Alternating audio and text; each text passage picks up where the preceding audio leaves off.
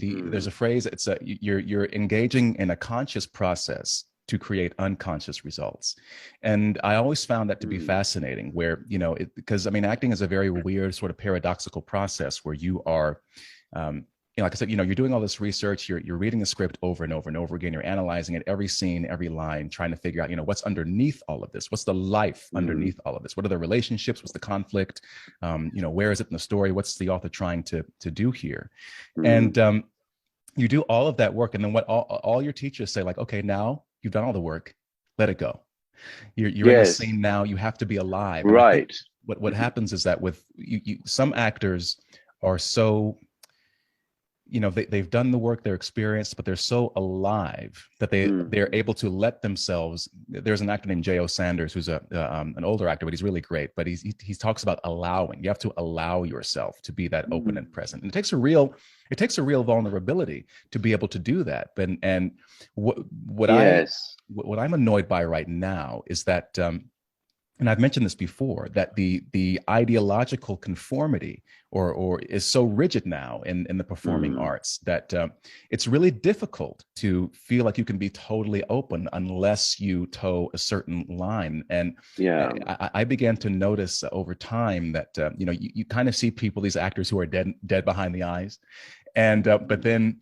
I remember I worked with one guy who he caught me reading 12 Rules for Life, and I was freaking out. But then he leans over. We're doing some musical, and he leans over. He's like, "I'm also reading that book. I think he's really great." But how sound is that literature? yeah. But here's the thing, Douglas, because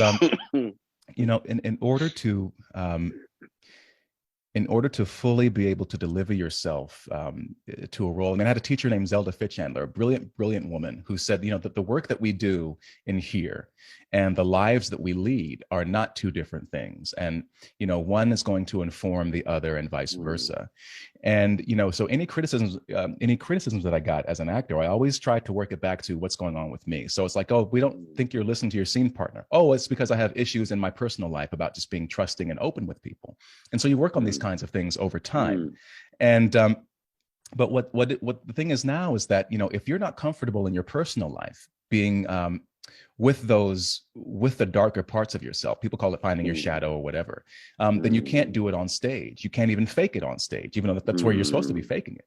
And for me, I said, people like myself, and again, I'm not some, I joke all the time, I'm a pot smoking pro-choice atheist who loves show tunes and Judy Garland. I don't have a comfortable home on the right. I'm not talking about Jewish conspiracies or anything like that. But it's just and yet, especially after Trump was elected, people, their brains just broke completely. And so what I began to do, and what many people I suspect are doing, is they're shutting a part of themselves down in order to conform and to continue to work. Yes, I think that's. And my thing is, if you keep doing that over and over and over again, there's a part of your soul and your creative spirit that you are killing in order to conform. And and so that's why I'm more pessimistic than you, because I think that the talent is there. It's just not going. It's not in a machine right now that really encourages that talent. But it will be at some point, Cliff. I mean, it will at some point. I just, by the way, very quickly, what you just described in acting is what in other terms we described as that thing of you need to learn the rules in order to know how to break them. Which obviously is particularly acute in music and in writing. You've got to do the discipline. You've got to have the discipline. You've got to learn how to do it. You can't just break rules. You have to learn the rules and then know how to break them. And it's something like that you've just described. You have to know how to do all of the things and then let go. And the worst thing is telling people that you don't have to do that first thing, because it's just a mess. It's just a mess, technically, and everything else.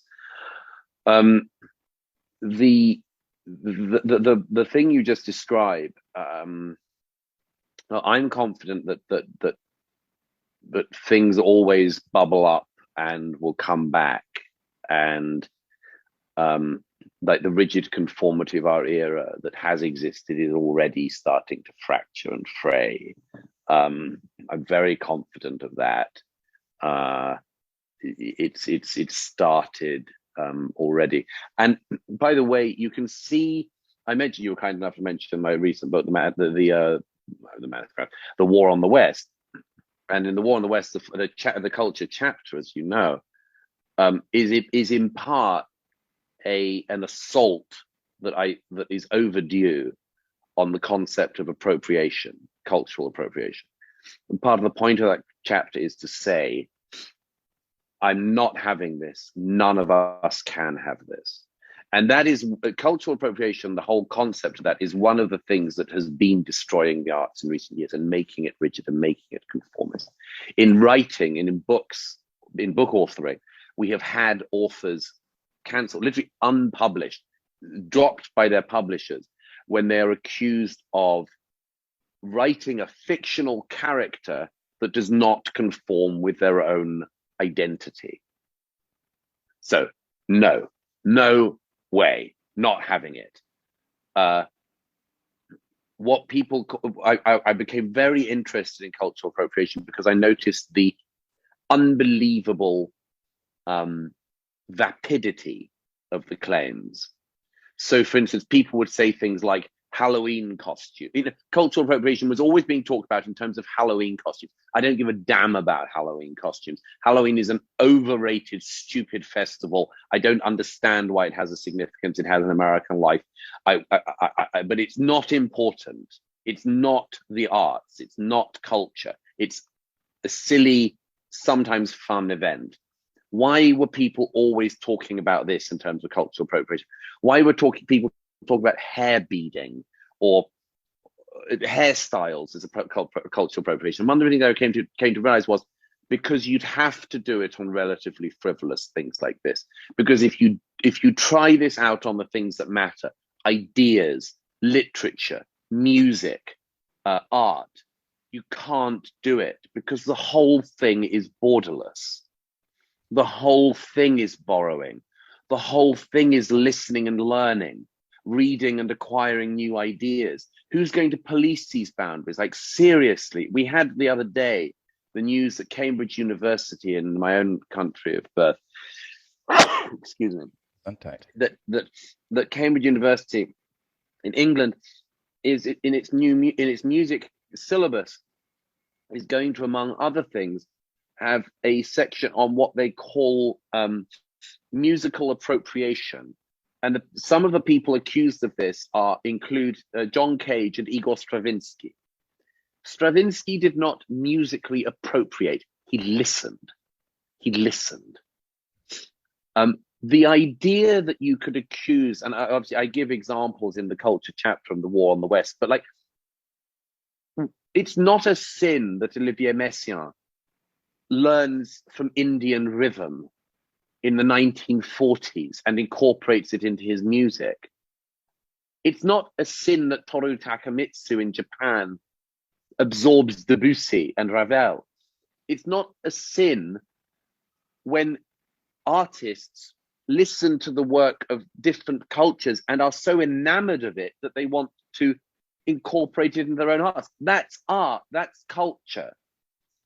So part of the conformity that you describe in our day, part of the things that's causing the deadness behind the eyes, is the fear that you can't be open-eared, open-hearted, open-eyed, that you've got to stay in your lane, to quote one of the stupidest lines in a stupid era. No, don't stay in your lane. You don't have a lane. Nobody has a lane. And the whole concept of lanes is totally destructive to the creative arts and only leads to political manifesto writing or slipping into the permitted idea of the day.